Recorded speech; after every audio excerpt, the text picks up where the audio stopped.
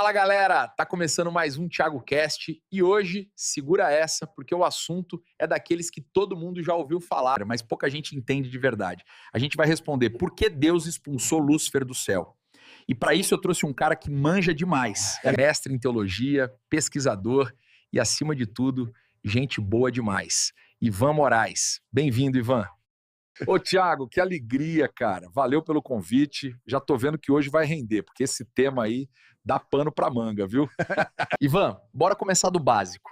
Quem foi Lúcifer, afinal de contas? Porque o pessoal fala dele como se fosse um vilão de filme. Pois é, Thiago. Lúcifer não começou como vilão, não. Segundo a tradição bíblica, ele foi um anjo criado por Deus, belíssimo, cheio de sabedoria. O texto de Ezequiel, capítulo 28, versículos 12 ao 17, descreve isso com riqueza. Fala que ele era o selo da perfeição, ou seja, era top de linha. Só que, mesmo sendo criado para adorar e servir, o orgulho entrou no coração dele.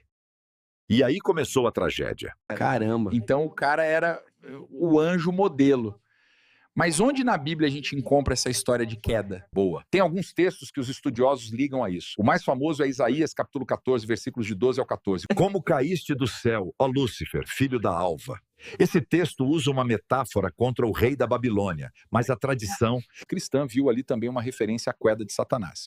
Outro é Apocalipse, capítulo 12, versículos de 7 ao 9, que fala da guerra no céu e o dragão sendo expulso. Então, a Bíblia não narra como e conto de origem direto, mas junta peças que apontam para isso. E qual foi o motivo? O que levou esse anjo a cair em desgraça? Rapaz, foi o famoso se achar demais.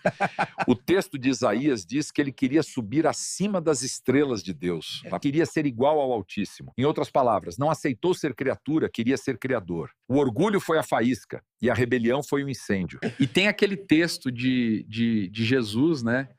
Que ele fala que viu Satanás caindo. Exato. Em Lucas capítulo 10, versículo 18, e eu vi Satanás caindo do céu como um relâmpago. Jesus está lembrando aos discípulos que a vitória sobre o mal já é real. É como se ele dissesse, galera, fiquem tranquilos, porque esse aí já perdeu o posto faz tempo. Agora, Ivan, isso sempre me intrigou.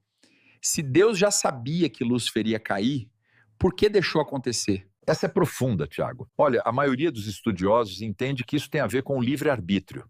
Deus criou seres livres, até os anjos. E liberdade sem possibilidade de escolha não é liberdade. Deus não quis robôs, mas filhos e servos que o amassem de verdade. E quando Lúcifer escolheu o orgulho, Deus permitiu que ele arcasse com as consequências. É duro, mas também mostra como Deus valoriza a liberdade. E esse lance da guerra no céu, em Apocalipse, como a gente entende isso? Apocalipse 12 pinta uma cena simbólica, Miguel e os anjos de Deus lutando contra o dragão e seus seguidores. Isso mostra que não foi uma queda solitária, mas uma rebelião em grupo. Ele arrastou anjos com ele. Judas capítulo 1, versículo 6 e 2 Pedro capítulo 2, verso 4 falam desses anjos que pecaram e foram presos em trevas. É como se fosse a primeira grande divisão cósmica. Passava bem, né? Mas seu pai suma intenção mais. Rapaz, até no céu teve briga de autoridade, então. Se você para, a gente faz. Mano. Pois é, Thiago. Mas a diferença é que lá não tinha eleição, não. Deus continua sendo soberano. E o que a gente aprende com essa história? Tipo, qual é a moral para nós hoje? Olha, Thiago, eu diria duas coisas. Primeiro, o orgulho derruba qualquer um, até o mais alto. Segundo, essa narrativa mostra que o mal não é eterno. Ele teve um começo e terá um fim. Então, o cristão pode viver com esperança. Não é só uma lenda, mas uma mensagem de fé e alerta. Ivan, tem um versículo que me pega. Para que não se ensoberbeça e caia na condenação do diabo. 1 Timóteo, capítulo 3, verso 6. É isso. O que isso ensina pra gente sobre o mecanismo da queda de Lúcifer? Boa. Paulo está dizendo que soberba é atalho para a ruína. Foi o que aconteceu com o diabo e pode acontecer com qualquer um. Se até um líder novo na fé corre esse risco, imagina um anjo glorioso que se encantou consigo mesmo. 1 Timóteo, capítulo 3, verso 6. A teologia cristã lê a queda de Lúcifer exatamente assim. Quando o coração troca dependência por autoexaltação, a queda vira questão de tempo.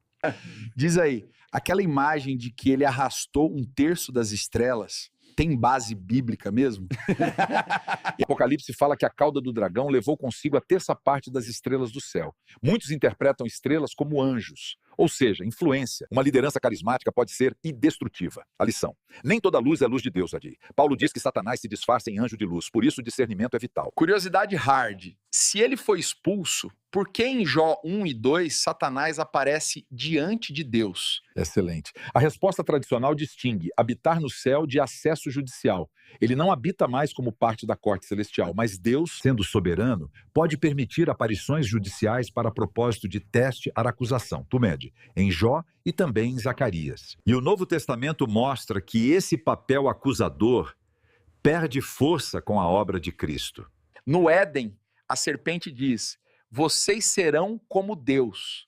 Isso conversa com a rebelião de Lúcifer? Total. É o mesmo script, seja como Deus. Em Isaías 14, a ambição é subirei e serei semelhante ao Altíssimo. Em Gênesis 3, a promessa é idêntica, é autonomia sem Deus. A Bíblia mostra o padrão do mal. Orgulho, que produz desobediência. Falando de vida real, como a gente resiste a essa influência hoje? 3 movimentos bem objetivos: vigilância e sobriedade, camém. O diabo, vosso adversário, anda em derredor, 1 Pedro capítulo 5, verso 8. Armadura de Deus, luta espiritual é real, Efésios capítulo 9, verso 11 e 13. Palavra, oração e fé não são clichês, são ferramentas. Submissão e resistência, sujeitai-vos a Deus, resisti ao diabo e ele fugirá de vós, Tiago capítulo 4, versículo 7. No fundo é escolher diariamente o governo de Deus, não o do ego. E o desfecho?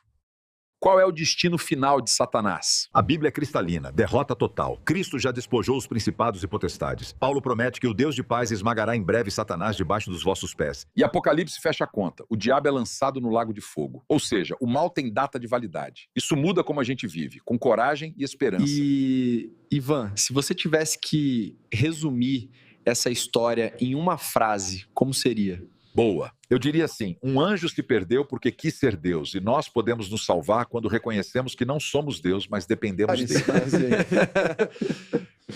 Cara, que aula. Ivan, obrigado de coração por ter topado estar aqui com a gente. Acho que o pessoal vai sair desse episódio refletindo muito sobre orgulho, humildade e, claro, sobre quem realmente manda no universo. Eu que agradeço, Thiago.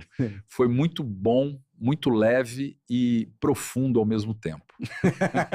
É isso aí, galera. Esse foi mais um Thiago Cast. Se você curtiu, compartilha, manda para os amigos e segue a gente para não perder os próximos episódios. Valeu e até a próxima. Pessoal, segue aí o Thiago Cast, o Homem Brabo. Obrigado a todos e até a próxima. Valeu.